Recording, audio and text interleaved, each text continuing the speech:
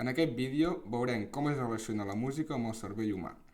La música és un art que es manifesta a partir d'ones sonores, on cada so té una freqüència o to determinat que es processa al còrtex prefrontal, al lòbul temporal i al cerebel, una intensitat o dinàmica determinada que es processa al tàlem, un timbre determinat que es processa a parts del lòbul temporal i parietal, i un ritme o durada determinada que es processa al còrtex frontal, al parietal esquerre i al cerebel. I tot el conjunt de notes, ritmes, dinàmiques, etc., crea una harmonia, una melodia i un color musical que ens fa sentir sentiments i emocions de manera inconscient.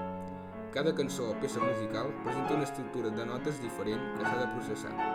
Per això, podem diferenciar d'una peça polifònica, forta, densa, trista i menor, com el fragment que acabem de sentir, i una peça monòdica, simple, major i alegre, com el fragment que estem escoltant.